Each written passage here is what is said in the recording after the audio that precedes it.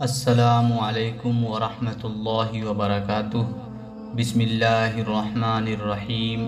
ناظرین، Saddam Hussein کو پھانسی کیوں دی گئی تھی؟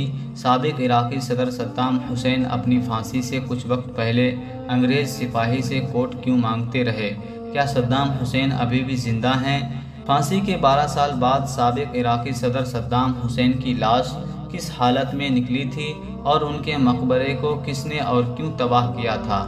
یہی ہماری آج کی ویڈیو کا موضوع ہوگا، اور آج ہم آپ کو عرب دنیا کے سب سے با اثر مسلمان حکمران سابق عراقی صدر صدام حسین کی موت کے بارے میں کچھ ایسے حقائق بتائیں گے جو یقیناً آپ کے لیے حیران کن ہوں گے۔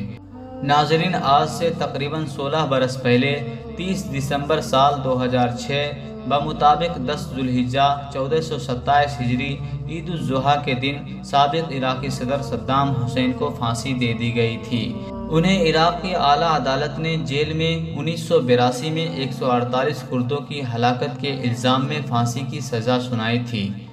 ناظرین، ان افراد کو صدام حسین پر قاتلانہ حملے کے الزام میں گرفتار کرنے کے بعد ہلاک کر دیا گیا تھا۔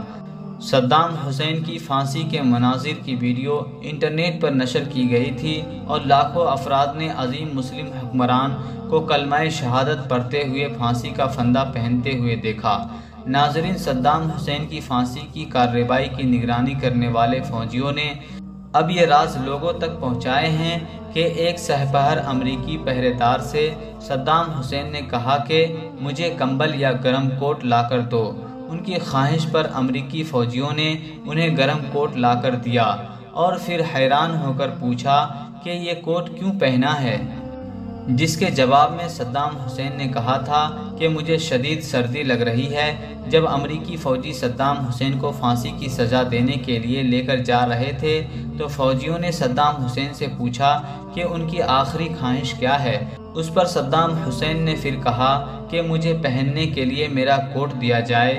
خواہش کے مطابق کوٹ دیا گیا۔ فوجی نے پھر حیران ہو کر پوچھا، کوٹ کیوں پہنا ہے؟ صدام حسین نے جواب دیا، آج ٹھنڈ بہت ہے، ایسا نہ ہو کہ میرا جسم سردی سے کانپے اور عراق کے لوگ یہ سمجھیں کہ ان کا لیڈر موت کے ڈر سے کانپ رہا ہے۔ ناظرین، صدام کے آخری ایام میں ان کی حفاظت پر مامور فوجیوں کے مطابق صدام اپنی زندگی کے آخری لمحات میں سکون سے سرشار تھے اور ان کے ہونٹوں پر مسکراہٹ چھائی ہوئی تھی۔ ایک فوجی نے بتایا کہ صدام حسین اپنی پسند کا ناشتہ طلب کیا اور اس کے بعد وضو کر کے نماز فجر ادا کی۔ پھر وہ پھانسی کے فیصلے پر عمل درآمد کے انتظار میں اپنے بستر پر بیٹھ کر قرآن مجید فرقان حمید کی تلاوت کرنے لگے۔ صدام کے چہرے پر اطمینان تھا۔ جب امریکی فوجی اہلکار صدام کی مسکراہٹ سے بہت زیادہ خوف محسوس کر رہے تھے اور موت کا سامنا کرتے ہوئے صدام کے انتہائی سکون کے سبب ان فوجیوں کا گمان تھا کہ عنقریب کوئی بم دھماکہ کر دیا جائے گا۔ ناظرین، صدام حسین کی میت کو ان کے آبائی قصبے الابزا میں دفن کیا گیا، پھر اس پر مقبرہ بنا دیا گیا۔ امریکی صدر جارج ڈبلیو بش نے خود سابق عراقی صدر کی لاش کو ایک فوجی ہیلی کاپٹر کے ذریعے بغداد سے شمالی شہر تکریت میں منتقل کرنے کا حکم دیا تھا۔ صدام کے قبیلے ابو نصر کے سربراہ شیخ مناف علی الندا کے پاس لاش کی وصولی سے متعلق ایک دستخط شدہ خط موجود ہے۔ اس میں انہوں نے اس بات سے بھی اتفاق کیا تھا کہ میت کو بلا تاخیر تدفین کر دی جائے گی۔ ناظرین، اس کے بعد سے ہر سال 28 اپریل کو صدام حسین کی قبر پر زائرین کی بڑی تعداد کی آمد ہوتی ہے۔ یہ ان کی سالگرہ کا دن ہے اور اس روز وہاں آنے والوں میں اسکول کے بچے تک شامل ہوتے ہیں۔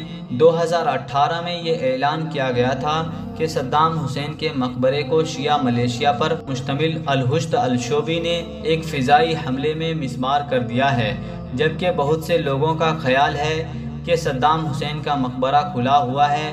بعض کا کہنا ہے کہ ان کی بیٹی حالہ ایک نجی طیارے میں سوار ہو کر تکریت آئی تھی اور وہ اپنے والد کی باقیات کو وہاں سے اردن ساتھ لے گئی تھیں۔ ڈیلی مانیٹر کی ایک رپورٹ کے مطابق جامعہ کے ایک پروفیسر کا کہنا ہے کہ یہ ناممکن ہے کہ انہوں نے اپنی شناخت ظاہر نہ کرنے کی شرط پر کہا تھا کہ حالہ کبھی بھی عراق واپس نہیں آئی۔ یہ ہو سکتا ہے کہ صدام حسین کی باقیات کو کسی خفیہ جگہ پر منتقل کر دیا گیا ہو، مگر کوئی نہیں جانتا کہ کس نے یہ کام کیا ہے اور لاش کو کہاں منتقل کیا گیا ہے۔ ناظرین، یہ بھی ممکن ہے کہ صدام حسین کے مقبرے کے ساتھ وہی معاملہ پیش آیا ہو جو ان کے والد کی قبر کے ساتھ پیش آیا تھا۔ ان کے والد کی قبر کو نامعلوم افراد نے دھماکے سے اڑا دیا تھا۔ ناظرین، ایک اور حیران کن بات یہ ہے کہ عراق میں صدام حسین کے چاہنے والے بعض لوگوں کا خیال ہے کہ صدام ابھی بھی زندہ ہیں۔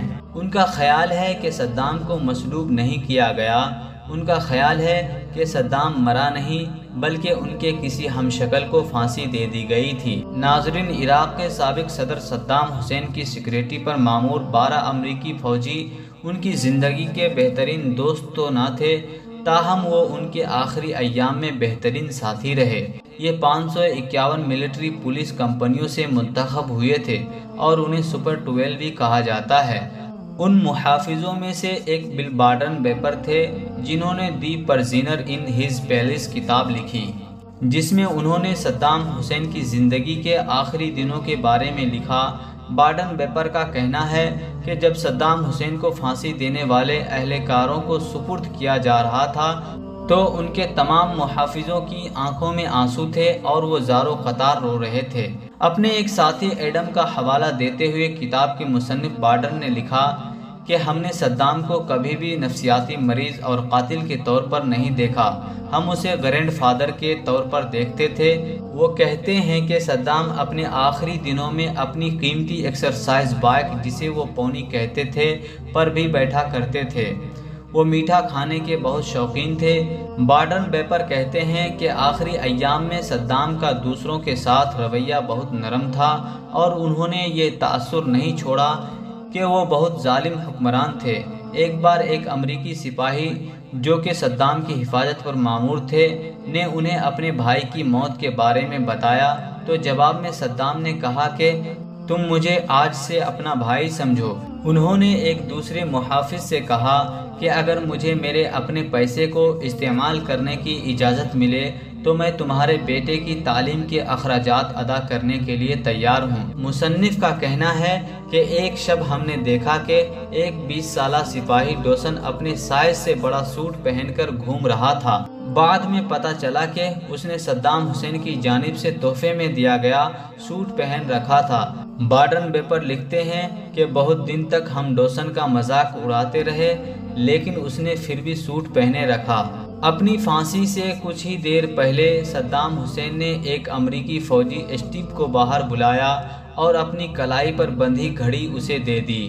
اب بھی جارجیا میں اسٹیو کے گھر میں وہ گھڑی محفوظ ہے اور اس کی ٹک ٹک سنائی دیتی ہے۔